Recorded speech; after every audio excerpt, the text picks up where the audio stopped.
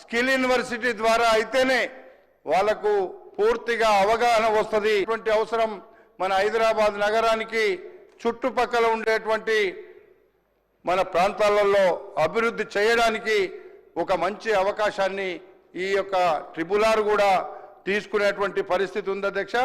అందుకే ఈరోజు ట్రిపుల్ కూడా 24,237 కోట్లతో మరి మెట్రో కూడా అధ్యక్ష మెట్రో విస్తరించాలని చూస్తున్నారు. ఈ మెట్రో విస్తరిస్తే అధ్యక్ష మనకు నిజంగా కొంత హైదరాబాద్ నగరంలో ఉన్నటువంటి ట్రాఫిక్ తగ్గడానికి అవకాశం ఉంటుంది. ఈ మెట్రో వల్ల ఇప్పటికే హైదరాబాద్ నగరంలో ఉన్నటువంటి ట్రాఫిక్ను మళ్లించి కొంతవరకు మనము అది ట్రాఫిక్ ఇబ్బంది లేకుండా చేయగలిగినాం.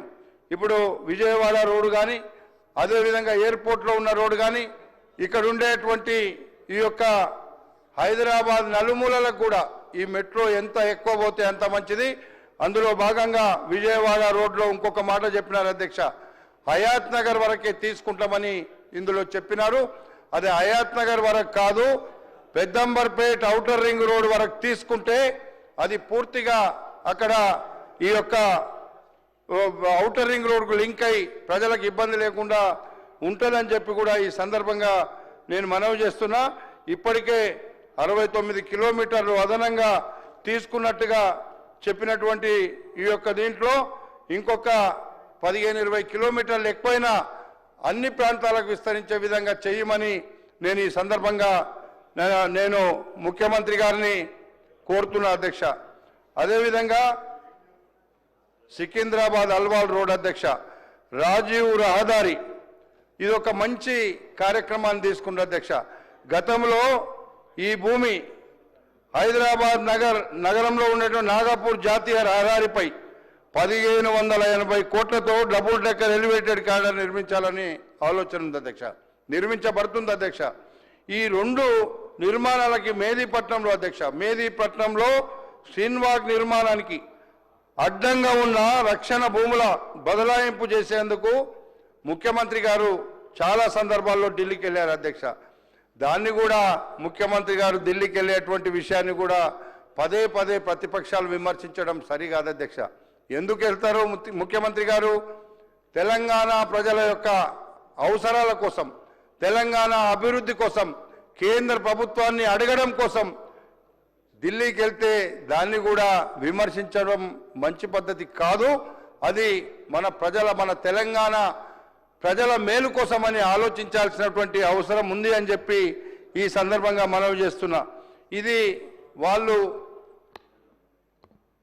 ఏది చెప్పినా తప్పు అర్థం చేసుకొని ఈరోజు వాళ్లకు ఇంకా కూడా అభివృద్ధి చేస్తుంటే అహంకారంగా మాట్లాడి కాంగ్రెస్ పార్టీని విమర్శిస్తే అది మంచి పద్ధతి కాదు అని చెప్పి కూడా మీ ద్వారా నేను మనవి చేస్తున్నా అధ్యక్ష. హైదరాబాదులో చెరువులు కుంటారు అధ్యక్ష. నిజంగా ఒక్కొక్కసారి బాధ అనిపిస్తుంది అధ్యక్ష. హైదరాబాద్ చెరువుల కుంటల విషయంలో మీరు హైదరాబాద్లో ఉన్నటువంటి చెరువులు కుంటలు నాలాలను చూస్తే ప్రభుత్వ ఆస్తులను పరిరక్షించడానికే ప్రభుత్వం హైడ్రాను ఏర్పాటు చేసింది అధ్యక్ష.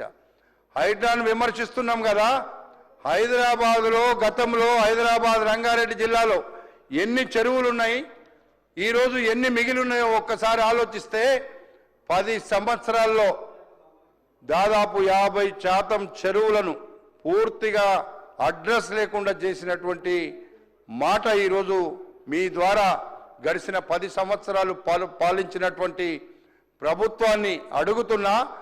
మీరు మీ ద్వారా అడుగుతున్న అధ్యక్ష, మీరు ఇప్పటికైనా అసలు చెరువులు కుంటలు ఎన్నుండే, ఎక్కడ పోయినాయి, ఎందుకు పోయినాయి, పోవడానికి కారణం ఎవరు?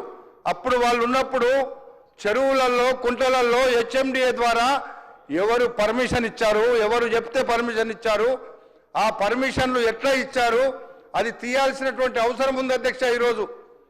ఈరోజు వాళ్ళు పర్మిషన్లు ఇచ్చితే చెరువులలో కుంటలలో ఈరోజు ఈ ప్రభుత్వం అన్నిటికీ అడ్డంకిగా మారినటువంటి ట్రాఫిక్ వ్యవస్థ దేనివల్ల వచ్చింది అధ్యక్ష? చెరువులలో కుంటలలో మీరు